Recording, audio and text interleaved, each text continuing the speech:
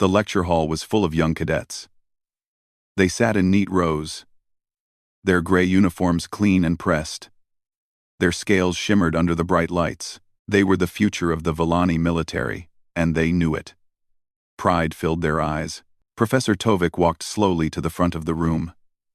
His steps were uneven because of his damaged leg. The left side of his face carried deep burn scars that never healed properly. He was old now. His scales faded to a dull green, but his eyes were sharp. Those eyes had seen things these young cadets could not imagine. He placed his hands on the podium and looked at his students. Nobody spoke.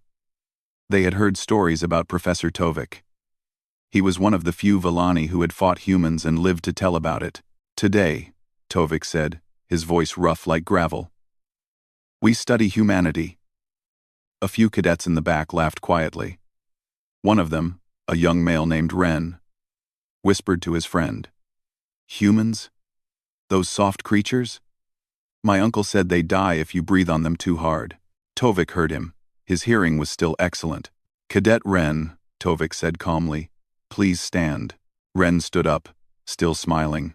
He was tall for his age, confident in the way young soldiers often were before their first battle. You think humans are weak, Tovik said. It was not a question. Yes, Professor. They have no natural armor. No claws. They cannot see in the dark. They need to sleep for hours every day. They are slow. They are small. Our collective conquered 1,000 species. Humans should have been easy. Tovik nodded slowly. Should have been. Yes. That is what we all thought. One. He pressed a button on his control pad. The large screen behind him lit up with an image. The cadets leaned forward to see. It was a battlefield. Villani bodies covered the ground like fallen leaves. Hundreds of them. Maybe thousands. The image was old. The colors faded. But the horror was still clear. Soldiers torn apart. Vehicles burning. The ground black with blood. The laughter stopped. This, Tovik said quietly, was the Battle of Korath Valley. 4,000 Villani soldiers entered that valley. We had air support. We had armor. We had every advantage. He paused. 12 humans were defending the valley. 12. Ren's smile disappeared. When the battle ended, 300 of our soldiers walked out. The rest are still there, buried under the dirt of a world we thought would be easy to take. He changed the image. Now the screen showed a single human. A female in torn combat armor, holding a rifle that looked too big for her small frame. Her face was covered in dirt and blood. One of her arms hung at a wrong angle, clearly broken. But she was still standing, still fighting. Her name was Yuna, Tovik said. She was their captain. When we finally killed her, she had been fighting for 36 hours without sleep. She had been shot 4 times.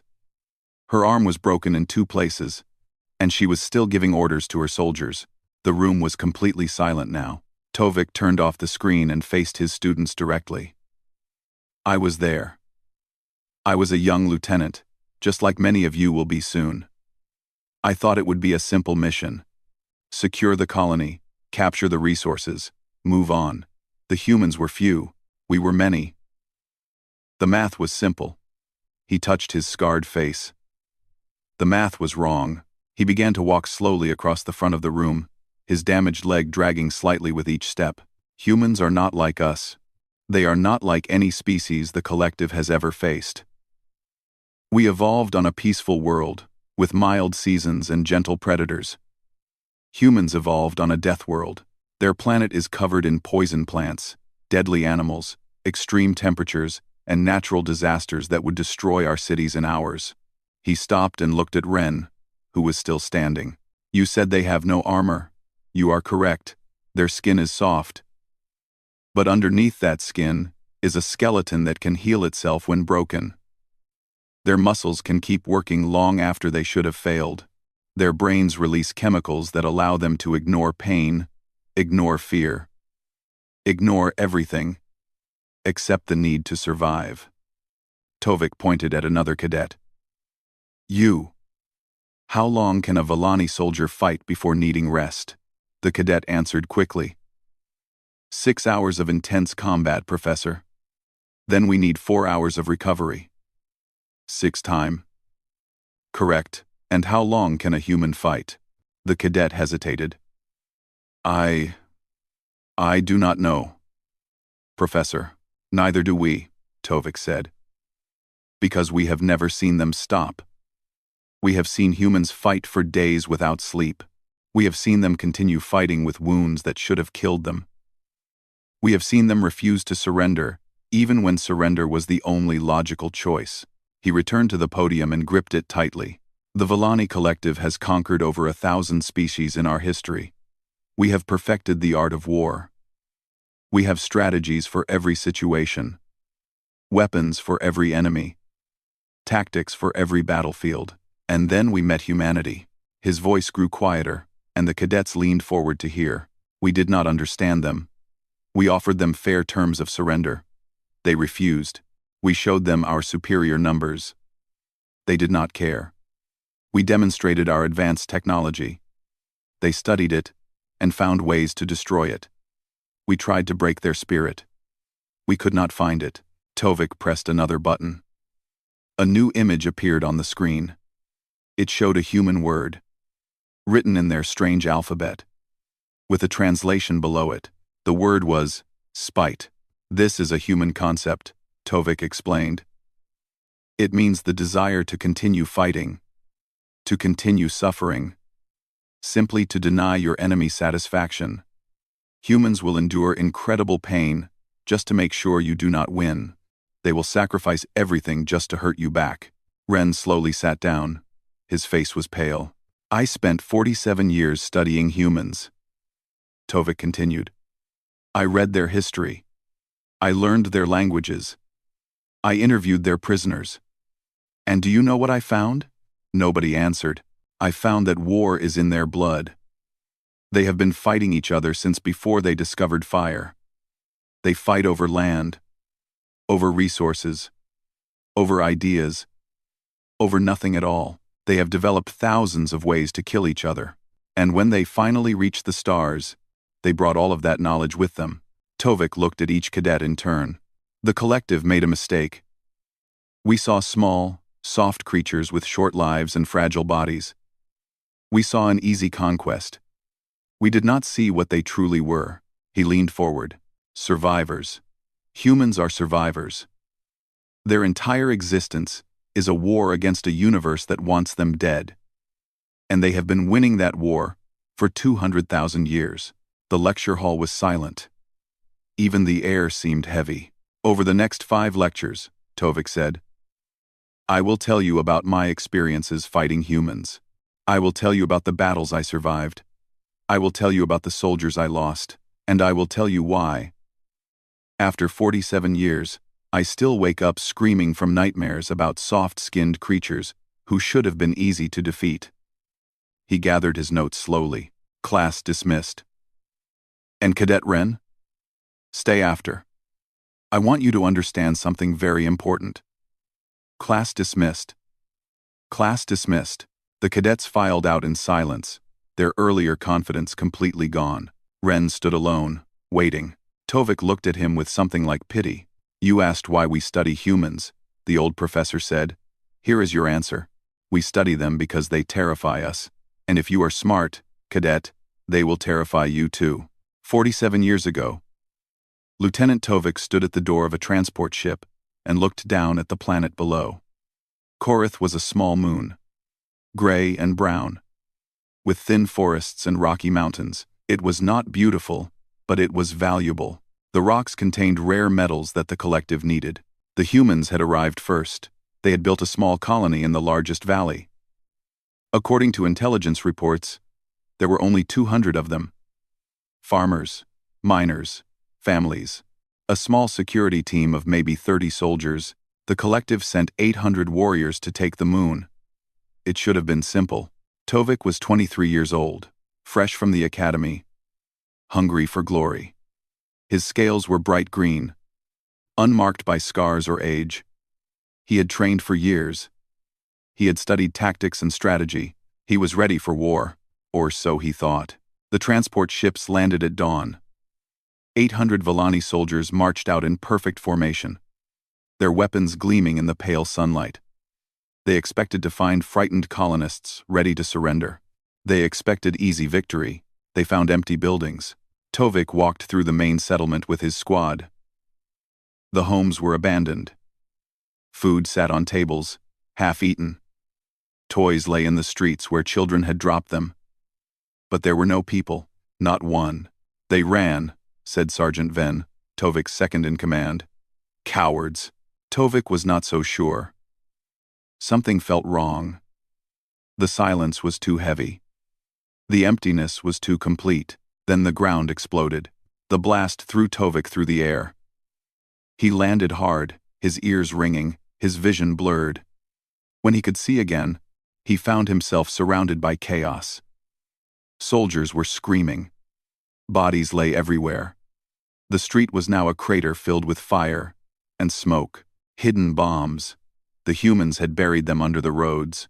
Before anyone could recover, gunfire erupted from the tree line at the edge of the settlement. Volani soldiers fell like grass before a blade.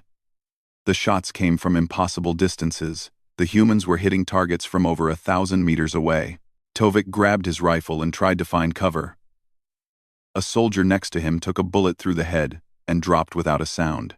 Another was hit in the chest and kept crawling for cover, leaving a trail of blue blood behind him. "Return fire," Tovik screamed. "Find them." But there was nothing to shoot at.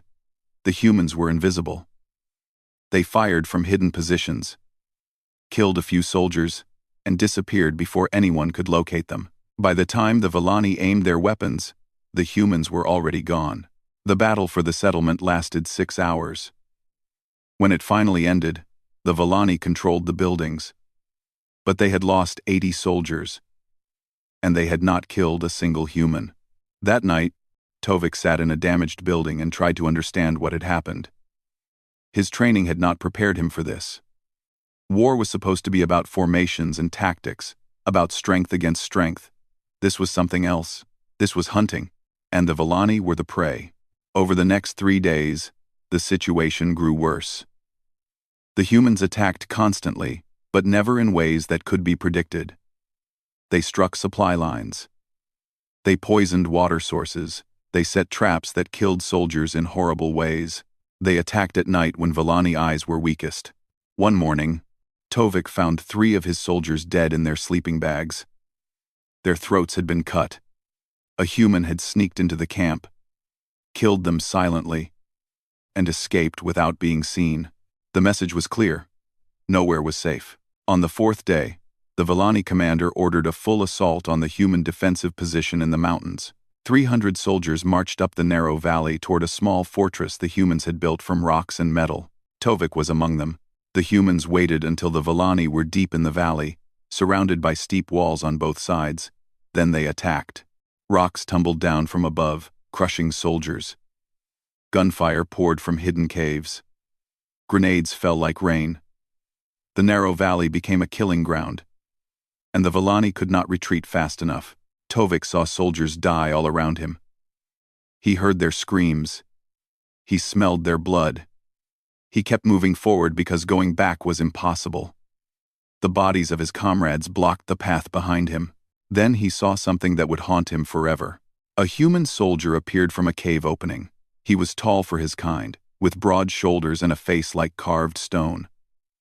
Later, Tovik would learn that his name was Dohun. At that moment, he was simply the enemy. Dohun was carrying a wounded human over one shoulder. Blood covered both of them. With his free hand, Dohun was firing a rifle, providing cover for other humans who were retreating into the caves. A Volani soldier charged at Dohun with a blade. Dohun dropped his rifle, drew a knife, and killed the soldier with a single strike. Then he picked up the rifle again and kept moving, never setting down his wounded comrade. Tovik raised his weapon to shoot. At that exact moment, a grenade exploded nearby. The blast threw him against a rock wall. His legs shattered, his face burned, darkness took him. When Tovik woke, the battle was over. The Villani had taken the fortress, but only because the humans had retreated deeper into the mountains. The cost was terrible. 300 soldiers had entered the valley. Less than 100 walked out. Tovik was carried back to the settlement on a stretcher. His leg was ruined. Half his face was burned meat. His military career was over before it truly began. But the war was not over. On the 5th day, the Villani finally cornered the remaining humans in their command center. Captain Yuna was there, along with her last 20 soldiers. They were surrounded, outnumbered, out of ammunition. The Villani commander offered surrender. Yuna refused. The final assault was brutal. The humans fought with knives when their guns were empty. They fought with rocks when their knives broke. They fought with their bare hands when they had nothing else. Captain Yuna was the last one standing. She had been shot 4 times. Her arm was broken. She could barely stand. But she was still holding a weapon, still fighting, still refusing to give up. It took 6 Villani soldiers to finally bring her down. Even then, she was still trying to fight. When Tovik heard about her death, he felt something strange. Not satisfaction. Not relief. Respect. He respected this small, soft creature who had fought harder than any warrior he had ever known. The battle for Korath was over. The Villani had won. But the cost was 340 soldiers dead. The humans had lost 61, and Tovik knew, deep in his heart, that this was not a victory. This was a warning. He was carried onto a medical transport that evening.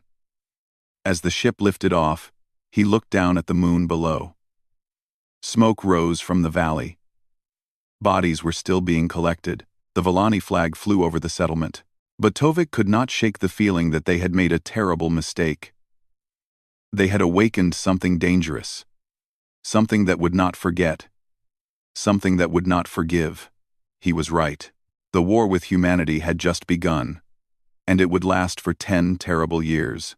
As the ship carried him away from Korath, Tovik closed his eyes and saw Captain Yuna's face, bloody, broken, undefeated. He would see that face in his nightmares for the rest of his life. 2 years after Korath, Commander Tovik stood on a hill and looked at the city below. His leg had healed, though it would never work properly again. His face was covered in scars that would never fade, but he had risen through the ranks because he understood something that other officers did not. He understood humans. The city was called Bastion.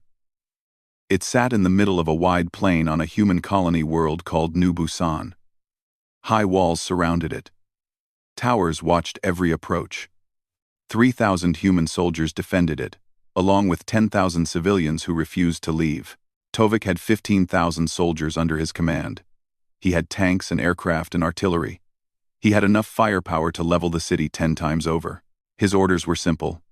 Take Bastion within 1 lunar cycle. 28 days. It would take 97. The siege began with bombardment.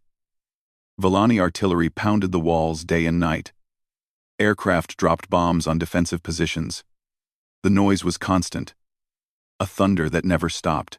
The walls crumbled. Buildings fell. Fires burned across the city. But the humans did not surrender. After 1 week, Tovik ordered the first assault. 5,000 soldiers charged through the broken walls, expecting to find a shattered enemy ready to give up. They found hell instead. Every street was a trap. Every building was a fortress. The humans had turned their dying city into a killing machine. They fired from windows and rooftops.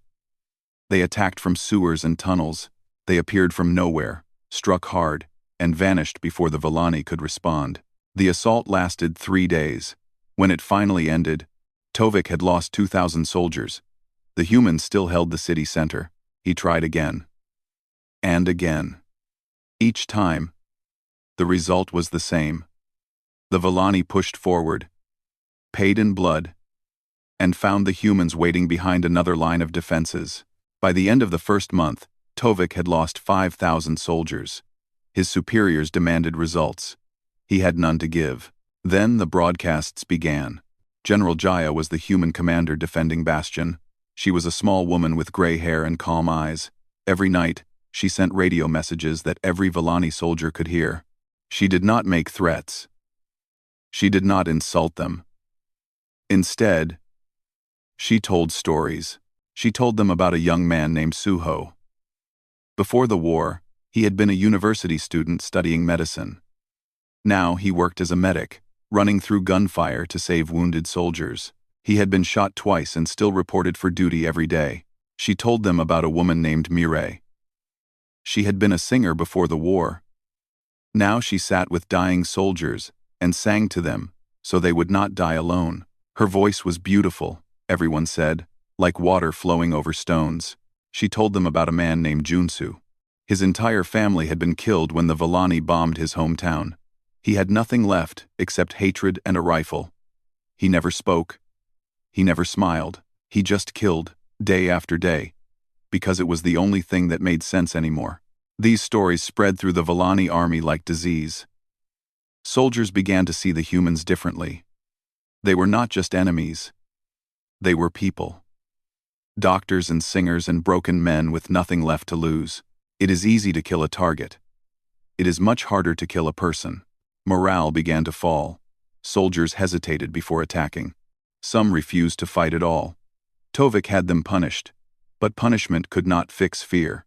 One night, during a surprise human counterattack, Tovik saw something that would stay with him forever. The humans burst from a hidden tunnel and attacked a Villani position. Tovik was nearby, coordinating defenses, when the fighting reached him. In the chaos of battle, he found himself face to face with a human. It was Suho, the medic. Suho was not carrying a weapon. He had a medical bag over one shoulder and was dragging a wounded human soldier with his other arm. Blood covered his uniform. His eyes were wide with exhaustion. A Villani soldier raised a blade to cut him down. Suho looked up at the blade, then at the wounded soldier he was carrying. He made a choice. He threw himself over the wounded man, using his own body as a shield. The blade never fell. Tovik shouted an order, and his soldier stepped back. For a long moment, Tovik and Suho looked at each other. The human was terrified, but determined. He would not abandon his patient. He would die first. Tovik waved his hand. Let them go. His soldiers stared at him in shock. But they obeyed. Suho pulled the wounded man to safety and disappeared into the darkness. He never looked back. Tovik did not know why he had done it. Perhaps he was tired of killing. Perhaps he saw something of himself in that young medic. Perhaps he simply wanted to believe that mercy still existed. Even in war, the siege continued. Weeks passed. The city grew smaller as the Villani advanced block by block. The humans retreated to the city center, their numbers shrinking every day. But they never surrendered. They never stopped fighting. On day 93, Tovik received word that human reinforcements were coming. A fleet had broken through the Villani blockade. Help was on the way. The Villani High Command ordered one final assault. Take the city before the reinforcements arrived. No matter the cost. Tovik gathered his remaining soldiers. He had started with 15,000. He now had 6,000. The others were dead, or wounded, or too broken to fight. The final assault was the worst battle Tovik had ever experienced. The humans knew this was the end. They fought like animals. They fought like demons. They fought with a fury that Tovik had never seen before. General Jaya commanded from the front lines, a rifle in her hands. Suho was there, still carrying his medical bag, still saving lives under fire. Mireille was there too, her singing voice silenced, a weapon in her hands instead. The fighting lasted 4 days. 4 days of constant death. 4 days of blood and fire and screaming. On day 97, the human reinforcements arrived. Fresh soldiers, fresh weapons, fresh hope. The Villani withdrew. Tovik stood on his hill once more and looked at the city below. Bastions still stood. Broken, burning, but standing. The human flag still flew over the ruins. He had lost 9,000 soldiers. The humans had lost 1,800. And every single one of those humans had died fighting. As his army retreated, Tovik heard something drifting across the battlefield. A voice, singing. Mireille had survived. and she was singing for the dead. The song was in a human language Tovik did not understand, but he felt its meaning anyway. It was a song of loss, a song of grief, a song of victory bought with blood. He listened until the singing faded. Then he turned away and began the long march home. The siege of Bastion was over. The Volani had failed, and Tovik knew, with cold certainty, that this war could not be won, not against enemies like these, not against humans. He would spend the next 6 years trying to convince his superiors of that truth. They would not listen, and thousands more would die before the end. 4 years into the war, Admiral Tovik stood on the bridge of the Eternal Dominion and watched the stars. The flagship was the largest ship in the Volani fleet, a mountain of metal and weapons that stretched for 3 kilometers. Around it floated 199 other warships, their running lights blinking in the darkness like a field of deadly stars. 200 ships. The full might of the collective. Enough firepower to burn a planet. Today, they would end the war. The human fleet was gathering near a small moon called Haven. Intelligence reported 73 ships, less than half the Volani numbers. The math was simple, as it had always been, but Tovik had learned not to trust simple math when fighting humans. He walked to the main display and studied the enemy positions. The human ships were smaller than Volani vessels. Their weapons were weaker. Their shields were thinner. On paper, this battle was already decided. On paper, Korath had been decided too. So had Bastion. Tovik had argued against this attack. He had told the High Command that the humans would not fight fairly.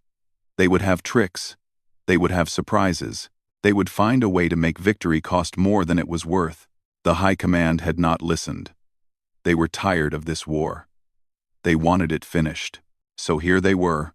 "Admiral," said his communications officer, "the humans are hailing us. Put it through." The main screen flickered, and a human face appeared. A woman with short black hair and eyes like deep water.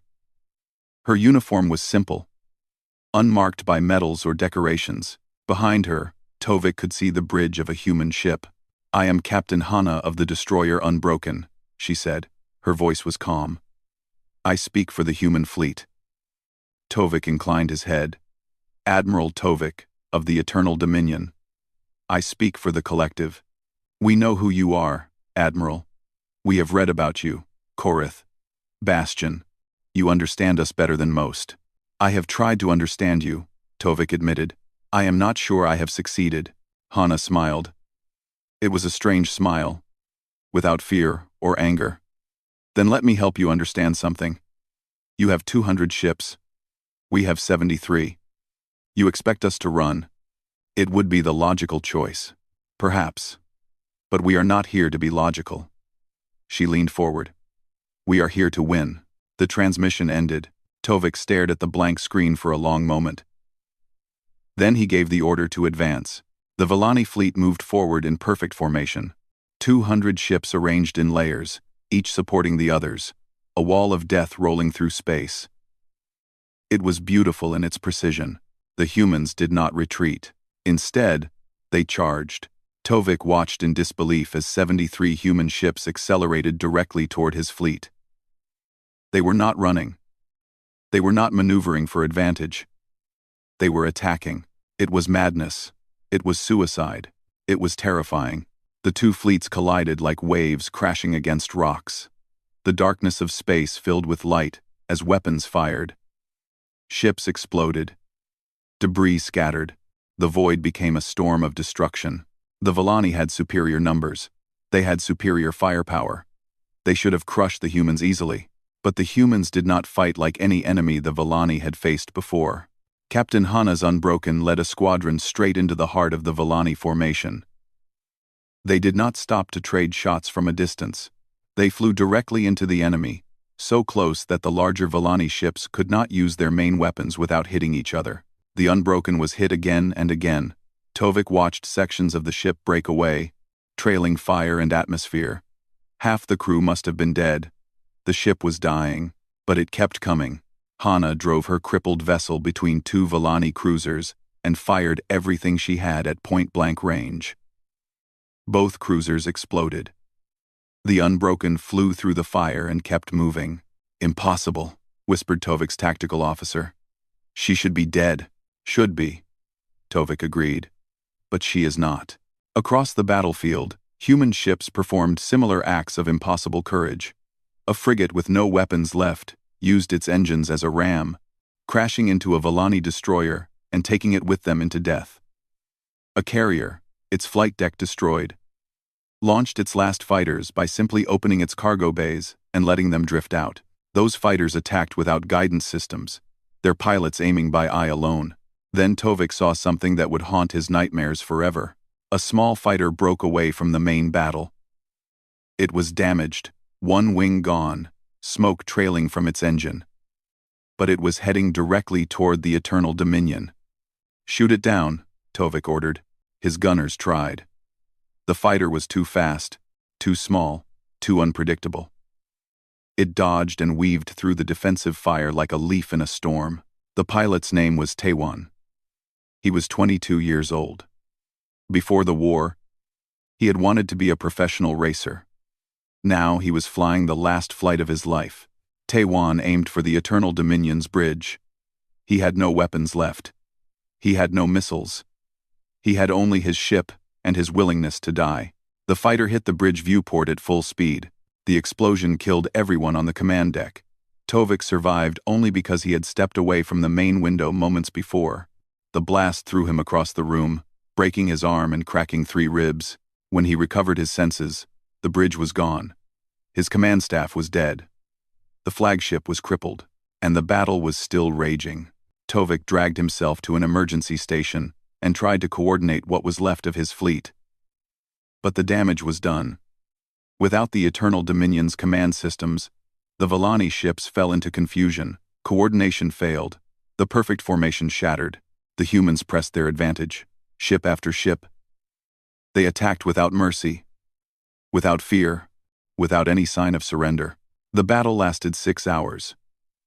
When it finally ended, the humans had lost 58 ships. The Volani had lost 94 ships, almost half the fleet, against an enemy with 1/3 their numbers, and the humans called it a victory. Tovik was rescued from the wreckage of the Eternal Dominion and transferred to another ship. As he lay in the medical bay, his arm bound, his ribs screaming with pain, he heard the reports coming in. The human fleet had retreated, but they had accomplished their goal. The Volani advance was stopped. The colonies behind Haven were safe. The war would continue. Captain Hana had survived. Her Unbroken was a floating wreck, but it was still there, still flying its flag, still refusing to die, just like its captain. Tovik closed his eyes and thought about what he had seen. Human ships diving into certain death, human pilots crashing into enemy vessels, human commanders sacrificing everything, not for victory, but for one more day, one more chance, one more hope. He understood something then, something that would change everything. The Volani fought to conquer. The humans fought to survive. But more than that, they fought for each other. They fought for the people behind them, the families waiting at home. The future, they refused to surrender. That was why they could not be beaten, not because they were stronger, not because they were smarter, but because they cared about something more than winning. They cared about not losing. And that made all the difference. The war would last another 6 years. There would be more battles, more deaths, more horrors. But the Battle of the Void was the turning point. After that day, the Volani High Command began to understand what Tovik had known for years. This war could not be won. The only question was how many more would die before they admitted it. The lecture hall was silent. Not a single cadet moved. Not a single scale rustled. They sat frozen in their seats, staring at the old professor with new eyes. Tovik let the silence stretch. He had learned long ago that silence was sometimes more powerful than words. Finally, Cadet Wren spoke. His voice was different now. The arrogance was gone, replaced by something else. Something like fear. "Professor, how did the war end?" Tovik smiled, but there was no joy in it. It ended because we realized we could not win. Not truly. We could take their worlds. We could destroy their cities. We could kill millions of their people. But we could not break them, and every world we took, every battle we fought, cost us more than we could afford to lose. He walked slowly back to the podium, his old leg dragging with each step. The war lasted 10 years. We lost over 2 million soldiers. Our economy was damaged. Our people were tired. Our military was broken.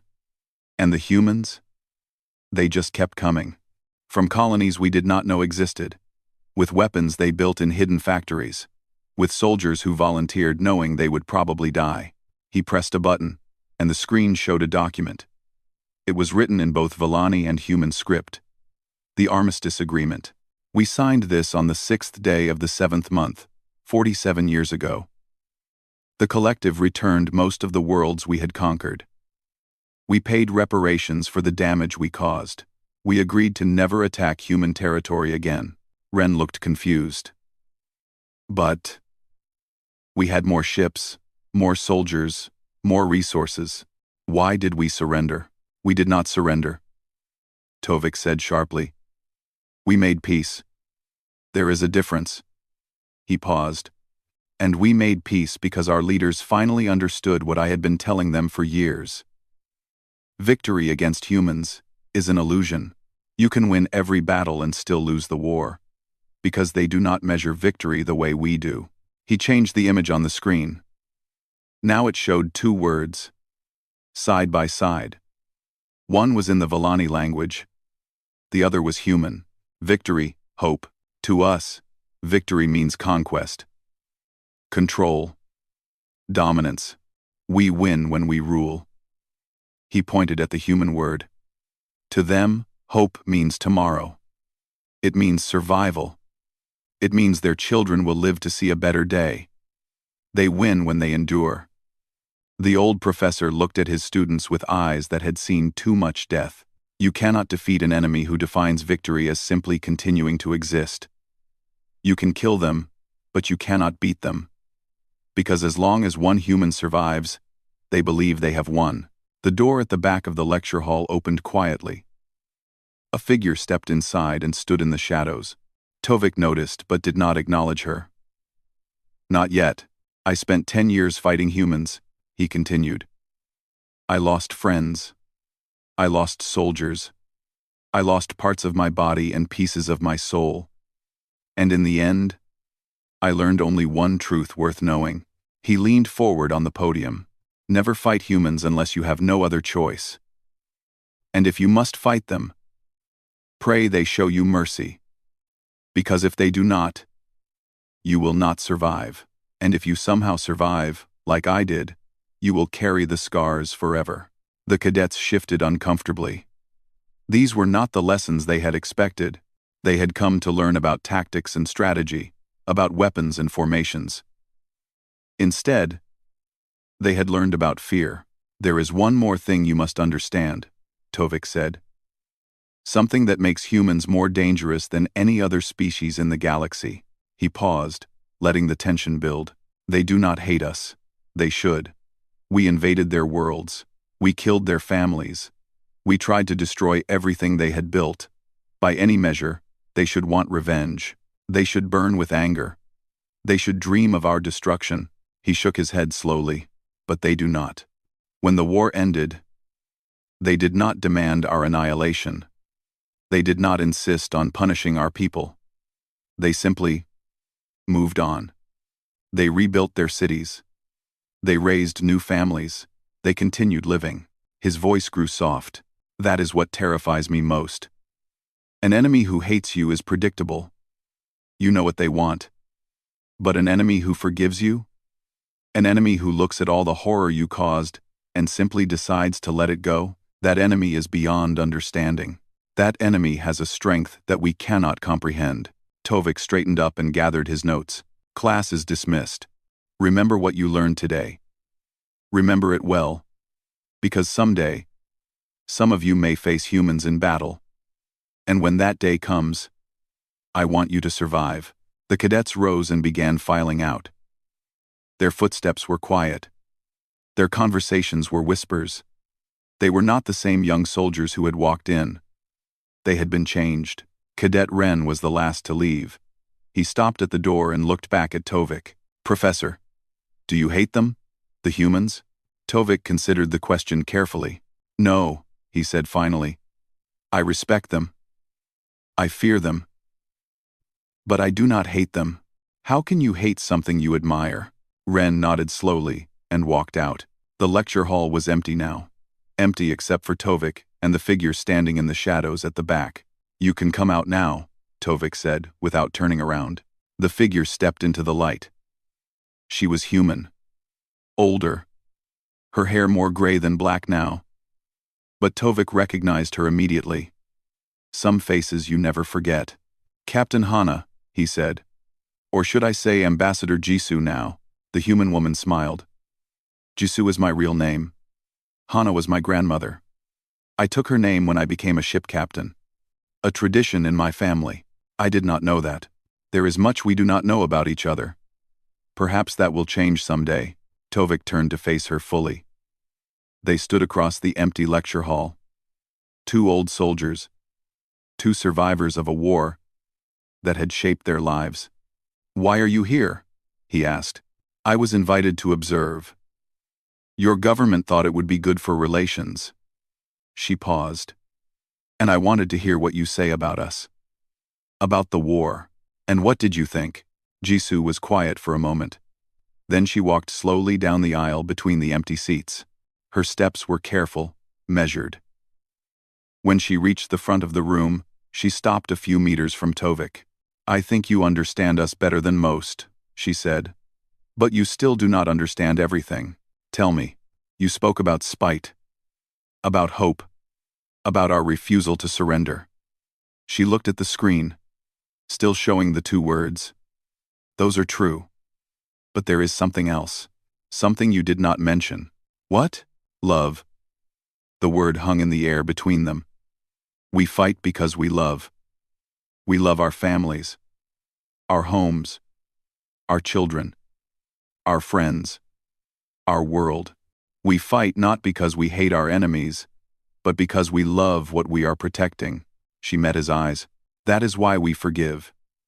Because holding on to hatred takes energy away from love.